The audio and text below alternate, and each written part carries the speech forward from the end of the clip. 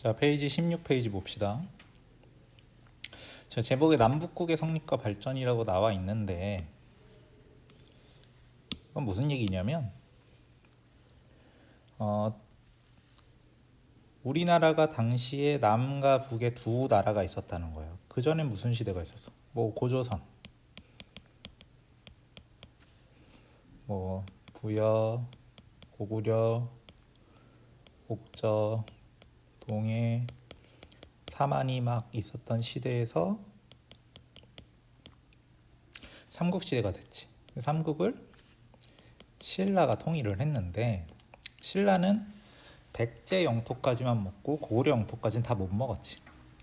그래서 고구려가 차지했던 영토는 고구려를 이어받았다고 주장하는 발해가 차지한 영토가 됐다는 거야. 그래서 남쪽에는 신라, 북쪽에는 발해가 있다. 그래서 남국북 시대라고 얘기를 하는 거지. 뭐 여기 말하는 신라는 통일신라를 얘기하는 거고. 자, 그래서 이번 시간에는 먼저 통일신라에 대해서 얘기를 할 거예요. 자, 통일신라의 초기의 특징은 뭐냐? 통일신라가 처음 이제 통일을 했을 때, 얼마 안 됐을 때는 왕권이 강력해. 그래서 얘를 뭐라고 부르냐면 전제 왕권이라고 불러요. 왕이 다 해먹는다는 거. 그 정도로 힘이 강력해서 이렇게까지 표현을 합니다. 자, 그러면 내용을 보자면, 자, 통일신라의 왕권 이렇게 강력하게 만든 왕들은 우선 당연히 통일신라 시대의 왕권이 강했던 건 그 전에 무열왕과 문무왕이 엄청난 업적을 남겼겠지. 그게 바로 삼국통일이야. 무열왕 때 삼국통일, 백제를 멸망시키고 문무왕 때 고구려와 당나라를 물리치면서 삼국통일을 완성을 하니까 왕권은 강화가 되는데 여기서 더 강하게 만드는 거야. 그게 바로 신문왕입니다. 여기서는 신문왕이 제일 중요해. 신문왕. 자, 신문왕 때 무슨 일이 있었냐면 반란이 하나 일어납니다. 김음돌의 난인데 김음돌이라는 사람이 어떤 사람이냐면 이 사람은 왕의 장인이었어. 그리고 김음돌은 김씨니까 얘도 진골 왕족이란 말이야.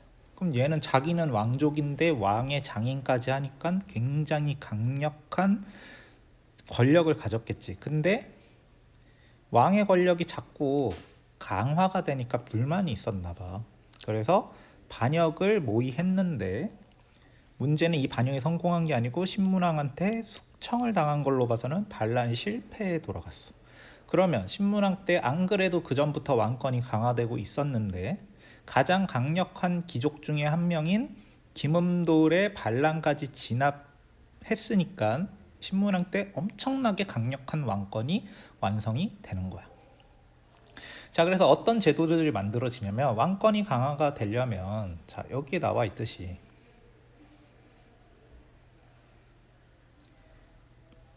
강력해진 왕권과 그리고 통일신라 때 그전보다 영토와 인구가 늘어났기 때문에 강력한 왕권과 넓어진 영토 그리고 늘어난 인구를 효과적으로 통제하기 위해서는 새로운 제도가 필요하게 되는 거지. 그래서 통일신라 초기에 만들어진 제도가 어떤 게 있냐면 크게 자, 집사부라는 게 만들어집니다. 자, 집사부는 왕의 직속 기관이야. 그러면 당연히 이 집사부는 왕권을 높여주는 기관이 되겠지.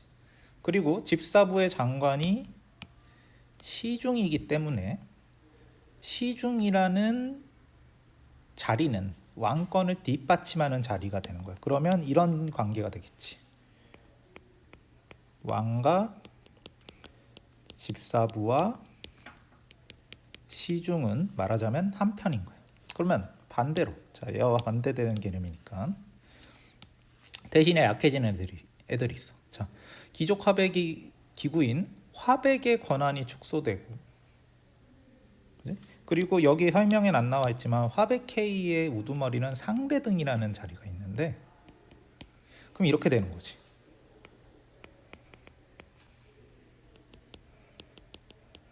화백이라고 적혀있지만 화백 회의, 귀족회의. 그리고 여기에 우두머리는 일종의 대립관계라고 생각을 하면 돼.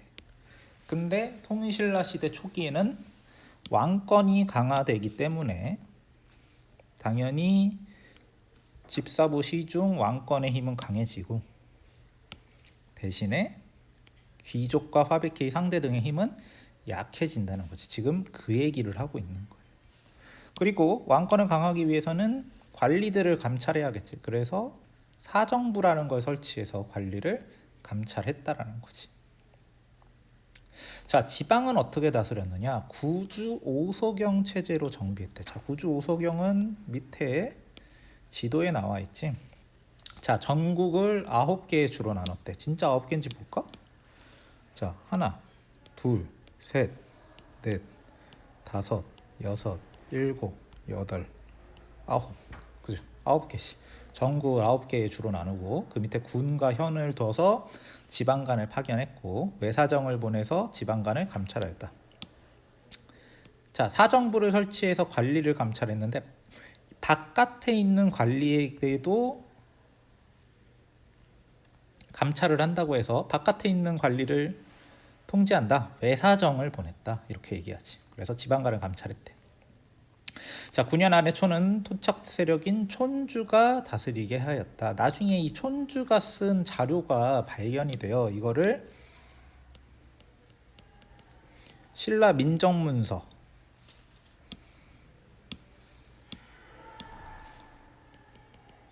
혹은 다른 이름으로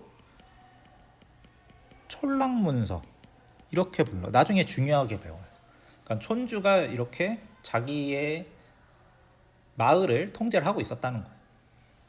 자, 그리고 지방 세력을 견제하기 위해서 자, 신라의 수도는 경주인데 경주는 여기 지금 구석에 있잖아. 원래는 경주가 구석이진 않았겠지. 원래 신라 이만했으니까.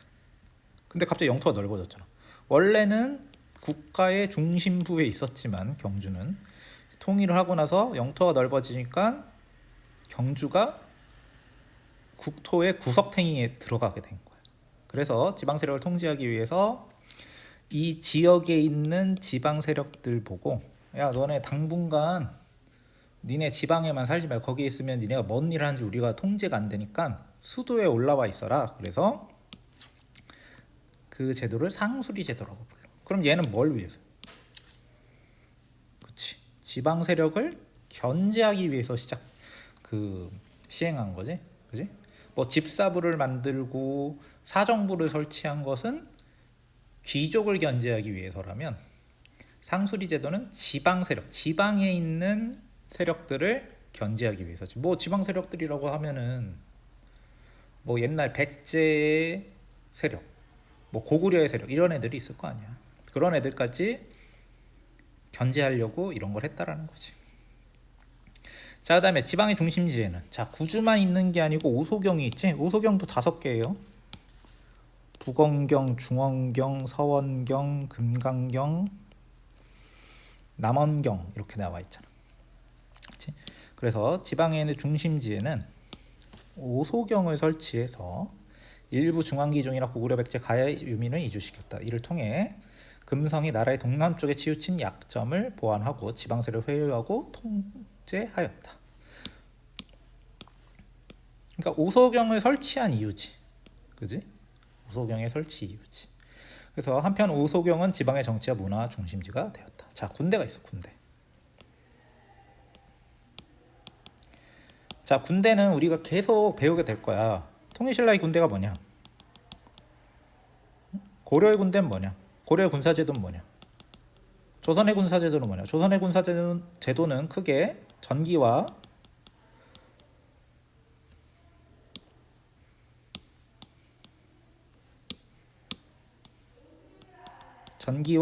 후기의 군사제도가 달라. 그러니까 다 비교를 할 줄 알아야 되는 거예요, 여러분들이. 그래서 제일 먼저 나오는 통일신라의 군사제도. 그러면 고구려, 백제 이런 나라들의 군사제도는 왜 없나요? 있으면 가르쳤겠지. 근데 남아있는 게 없어서 못 가르치는 거예요. 만약에 앞으로 자료가 나타난다면 그것도 가르치게 되겠지. 자, 그래서 구서당과 십정인데, 자, 이렇게 구분하면 됩니다. 구서당은 중앙군역, 중앙에, 그러니까 말하자면 경주에 9개의 부대가 있고 지방에 십정이 존재하는. 자, 십정에는 주마다 한 개씩이야. 근데 제일 넓은 한 주 있지. 한 주에는 2개가 있는 거지. 그래서 총 10개의 지방군이 존재하는, 10개의 부대가 존재하는 겁니다. 자, 그럼 구서당부터 보자면, 자, 중앙군인 구서당은 중앙군이라는 것뿐만 아니고 또 뭐가 중요하냐면 신라인뿐만 아니고 옛 고구려 백제 말갈린까지 포함하여 민족 융합을 깨야 돼. 그래서 구서당은 중앙군이라는 것뿐만 아니고 통일신라 시대의 중앙군이라는 것뿐만 아니고 예전에 신라가 멸망시킨 고구려 백제 그리고 이민족인 말갈인까지 포함할 정도로 민족 융합과 관련이 있는 조직이다. 그러면 얘네들은 언제 이렇게 구서당에 들어왔을까? 아마 당나라와 싸우던 시기에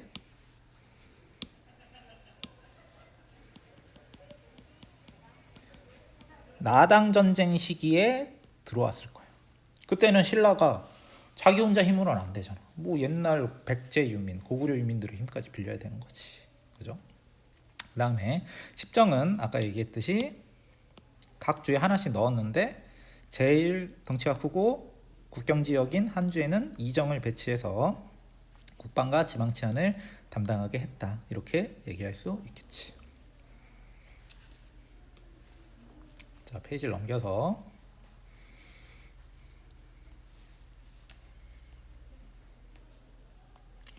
자, 통일신라 시대의 다른 특징 보시죠. 17페이지야. 자, 여기서도 대립관계가 나와. 자, 통일 이전 신라에는 노급을 지급했는데 통일하고 나서 신문왕 때 왕권을 강화시키면서 관료전을 지급했다는 거예요. 그럼 얘네들도 일종의 대립관계가 만들어지는 거지. 아까 이렇게 얘기했잖아. 왕, 집사부, 그 다음에 시중. 이게 색깔이 바뀌어서 색깔을 아까랑 똑같이 해봅시다. 왕, 집사부, 시중. 그 다음에 귀족, 화백회의, 상대 등이 있다면 여기에 더해서 관료전과 노급의 관계도 있는 거지.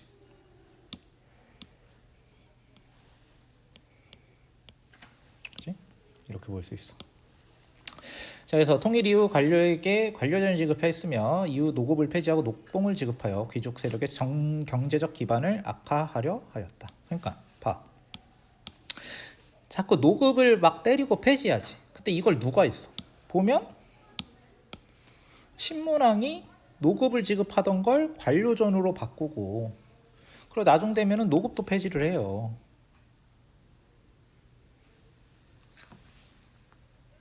그러니까 이런 걸로 봐서는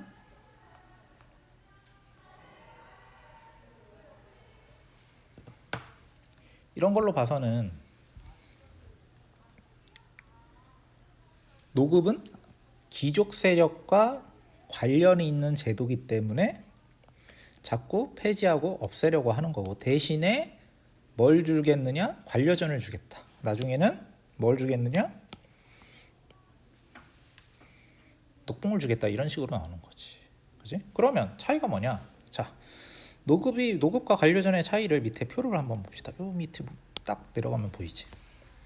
자, 노급과 관료전에 대한 설명이 나와. 먼저 노급과 관료전은 자, 노급은 관리에게 지급이 되었다. 그리고 관료전은 통일신라 시대에 관리에게 지급되었다. 자, 그러면 차이가 뭐냐? 요거야. 요게 중요한 거. 토지에게 세금을 거둘 권리와 노동력 징발 권한을 부여했다. 얘는 세금도 거둘 수 있고 노동력을 징발할 수도 있지. 무슨 얘기냐면 노급은 토지라고 얘기를 하는데 토지랑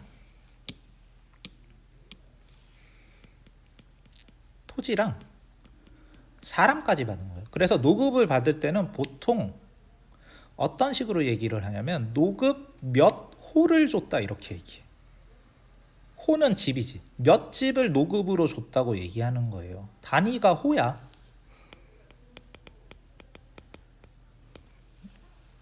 예를 들면 아파트 단지를 하나 노급으로 주는 거야.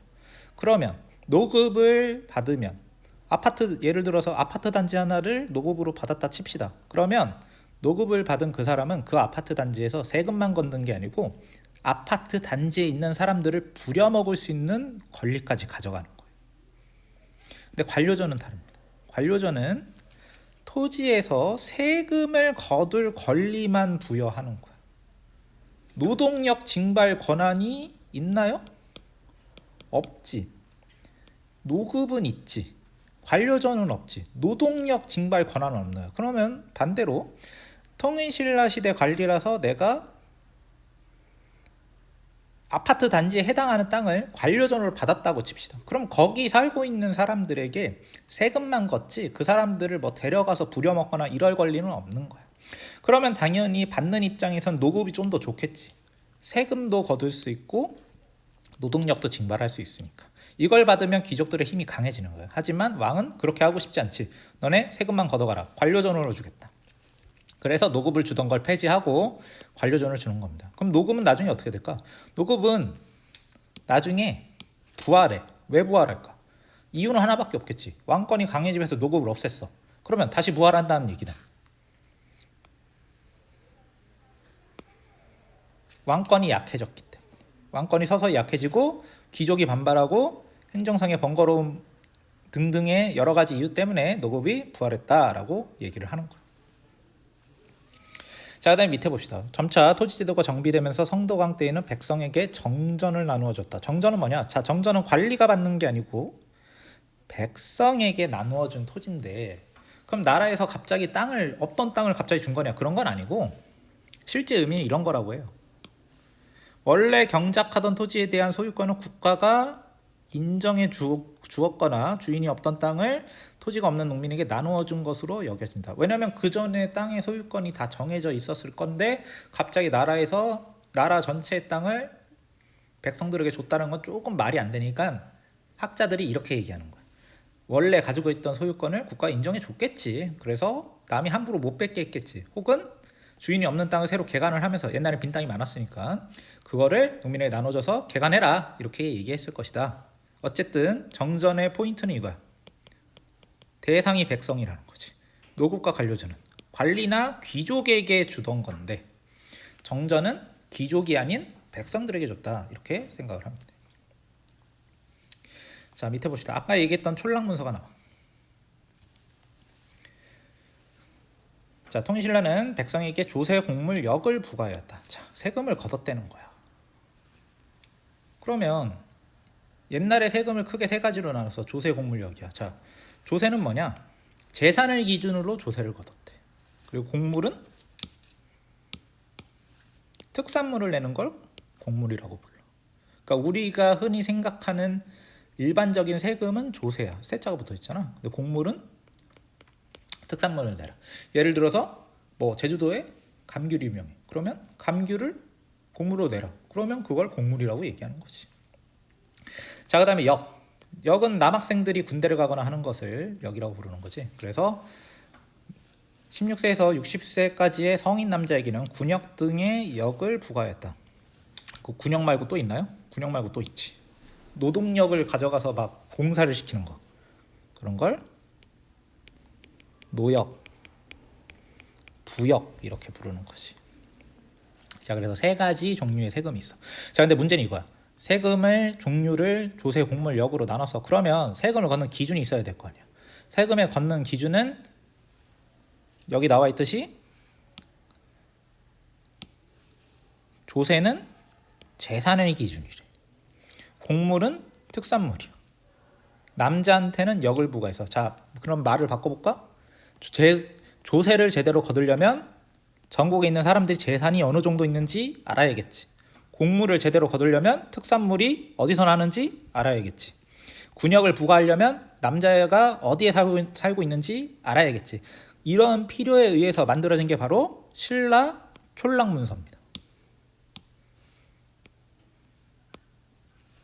자, 그래서 이런 게 적혀 있는 거야. 인구가 몇 명이냐, 농가밭의 면적이 어느 정도냐, 뭐 잣나무는 몇 개냐, 나무의 수는 몇 개냐, 이런 것들을 기록하는 거야. 이런 것들을 기록을 해야 인구를 알아야 돼. 인구를 알아야, 인구면은 남녀 나누겠지, 나이까지 세겠지. 그러면 역을 거둘 수 있지. 농가밭의 면적이야. 자, 소유권이 누구냐? 재산. 소화말, 뽕나무, 잣나무 이런 재산들까지 알게 되면 특산물이나 조세의 기준도 되겠지. 그치? 그래서 이런 것들을 아주 자세하게 기록해서 만든 게 신라 촌락문서. 그럼 신라 촌락문서는 왜 만들었다? 조세, 공물, 역을 부과하기 위해서. 그리고 이건 누가 썼느냐? 촌락문서기 때문에 촌주가 만듭니다. 자, 촌주가 누구였는지 기억이 납니까? 기억이 나야 돼. 촌주가 나와 있잖아. 그지? 이 촌주가 만들었을 거야. 자, 그래서 촌락문서의 내용을 한번 봅시다. 이렇게 나와 있어. 자, 사해점촌이라는 곳에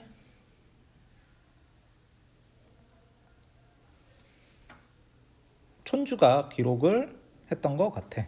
자, 현재 청주 부근의 촌락을 비롯한 사계촌락의 경제 상황을 조사했대. 자, 그럼 어느 정도로 자세하게 있는지 봅시다.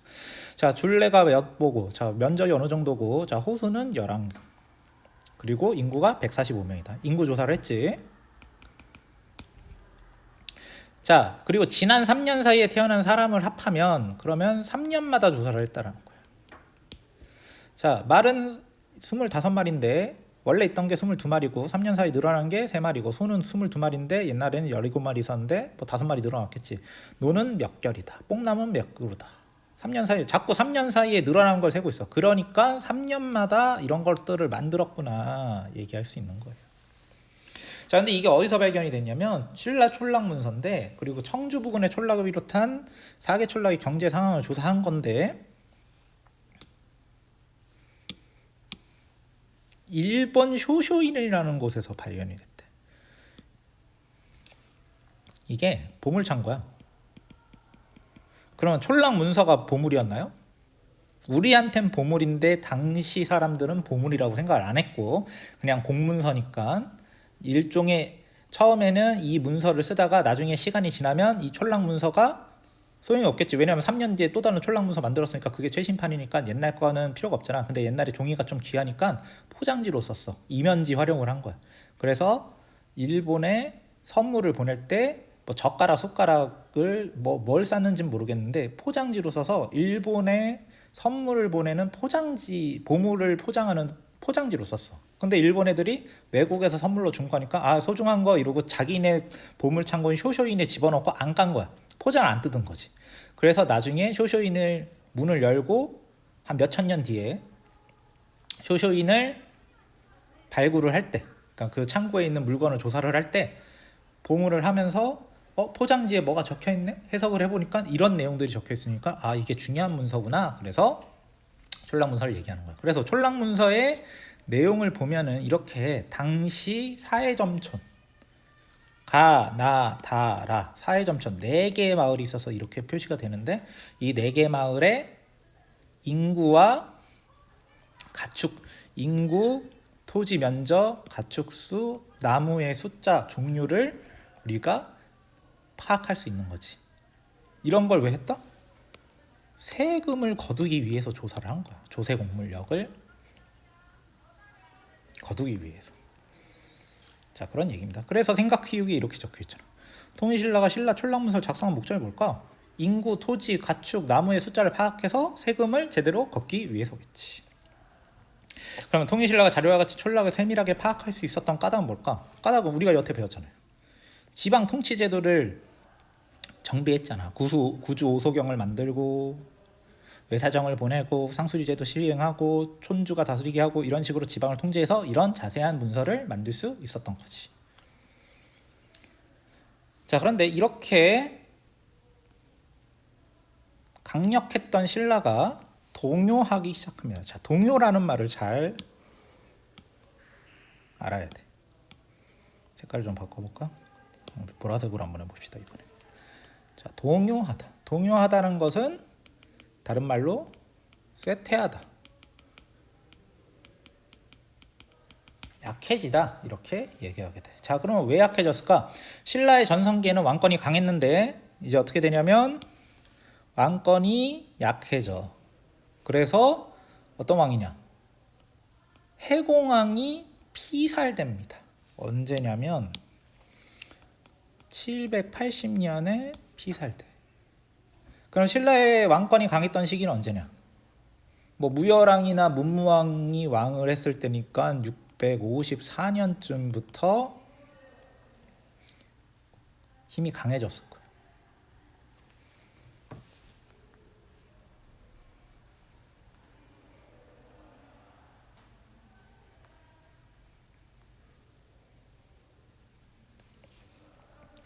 그래서 이때부터 강하다가 해공왕이 피살된 뒤에는 이제 왕권이 약해지게 되는 거지. 근데 해공왕이 죽고 나서 문제가 뭐냐면 이 사람이 죽고 나니까 왕이 누가 될 건지가 확실하지 않은 거야. 그래서 귀족들 사이에 왕위 쟁탈전이 일어나게 됩니다. 그래서 신라가 나중에 언제 망하냐면 935년에 망하는데 사이 기간이 한 150년쯤 되지.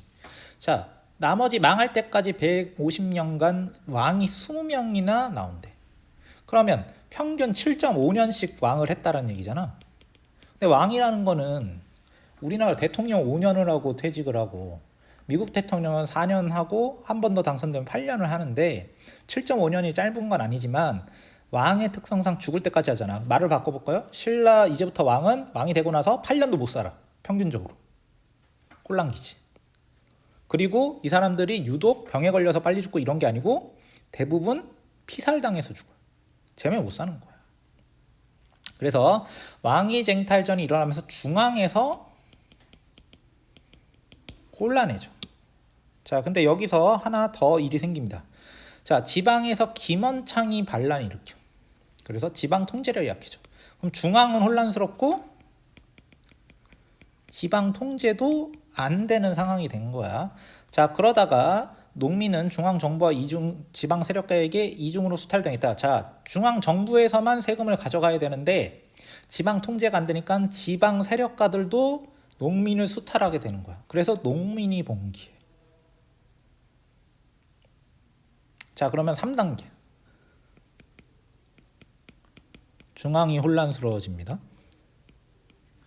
근데 지방 통제가 약해집니다. 근데 여기에 농민 봉기까지 일어나. 그래서 신라는 완전 국가 통제력을 상실해. 그래서 무슨 일이 벌어지느냐? 호족의 힘이 강해지고 지방 세력인.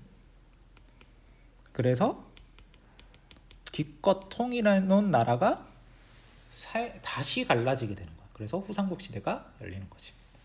자, 그래서 계속 읽어보면, 자, 신라 각지에서는 군사력을 모아 스스로 성주 장군이라고 칭하는 호족 세력이 등장하게 되는 거야. 자, 호족 세력은 출신이 다양해. 귀족 출신도 있고, 뭐 아까 그 촐랑문서 만들었던 촌주 출신도 있고, 아니면 뭐 장군 출신도 있고, 뭐 이도저도 아니면은 여기 보면 농민봉기 세력 중에도 뭐 호족이 되는 경우가 있다금 있어. 그래서 호족의 출신은 하나가 아니고 여러 개가 있는데 먼 출신이건 간에 당시 신라 말기에 강력해진 지방 세력을 호족이라고 부르고 이 호족들은 이제 중앙의 말을 듣지 않고 독립적인 세력을 이루게 되는 거야. 자, 근데 이 호족들이 뭘 좋아했냐면, 자, 좋아한 게 두 가지야. 자, 호족은 신라 사이에 불만을 가졌기 때문에 선종 승려를 좋아해. 그리고 육두품 계열의 지식인을 데려가. 그리고 하나 더 있어.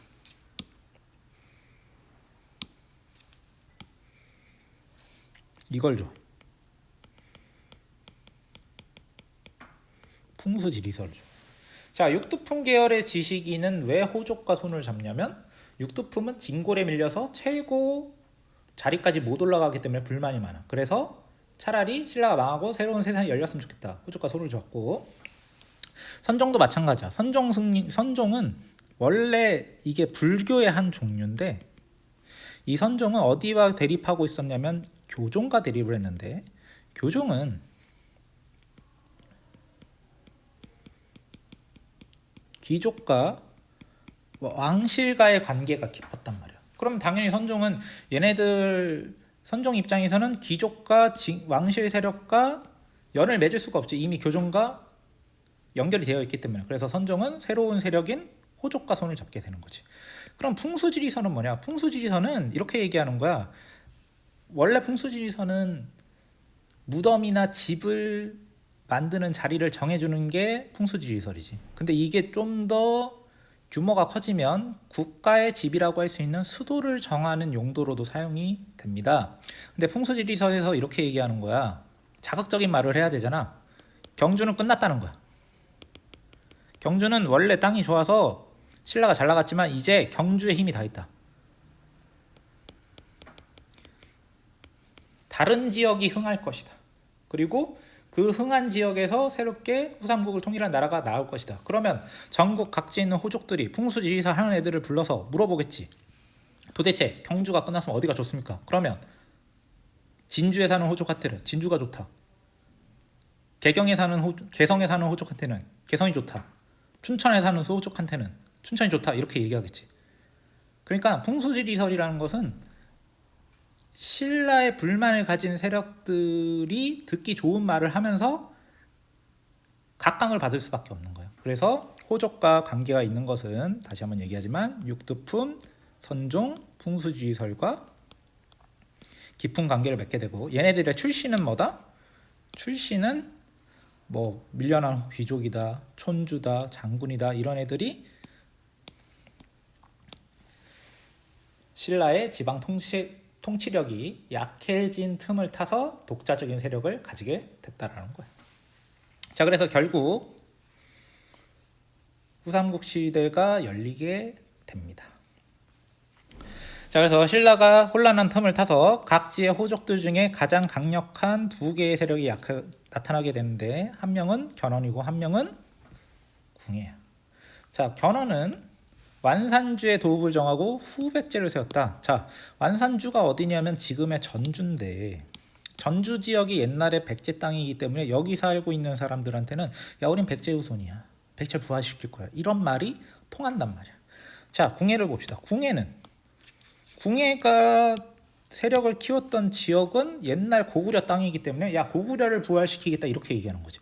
예를 들어 전주에서 옛날 백제 땅인데 여기서 고구려를 부활시키겠다? 씨알도 안 먹히겠지. 고구려 옛날 땅에서 백제를 부활시키겠다? 이런 건 씨알도 안 먹히는 거야. 그래서 각자의 위치에 따라서 부활시키려는 나라가 달라졌는데, 뭐가 됐건 간에 고구려를 이어받은 나라라고 주장하는 세력, 백제를 이어받았다라고 주장하는 세력, 얘네들이 독립된 국가를 세우고 나니까 다시 삼국시대가 재탕된 거나 마찬가지란 말이야. 그래서 후삼국시대다, 이렇게 얘기를 합니다. 보통 900년, 견훤이 후백제를 세운 900년에서 왕건이 후삼국을 통일한 936년까지의 시대를 후삼국 시대라고 부르지. 그치?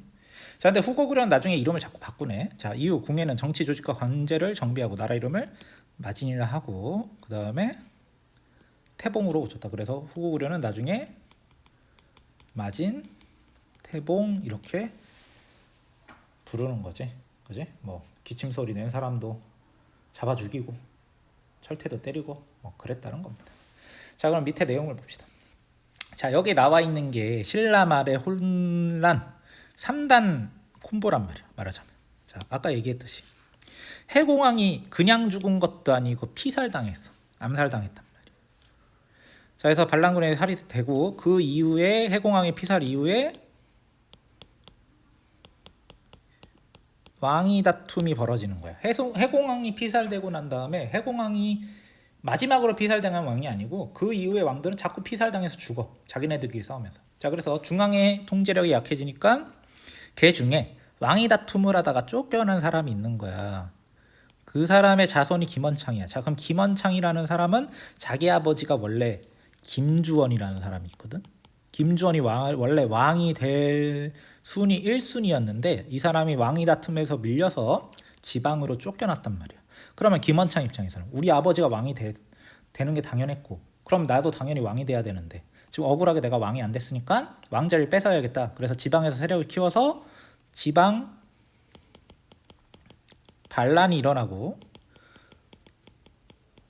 지방 통제력이 약해지는 거지.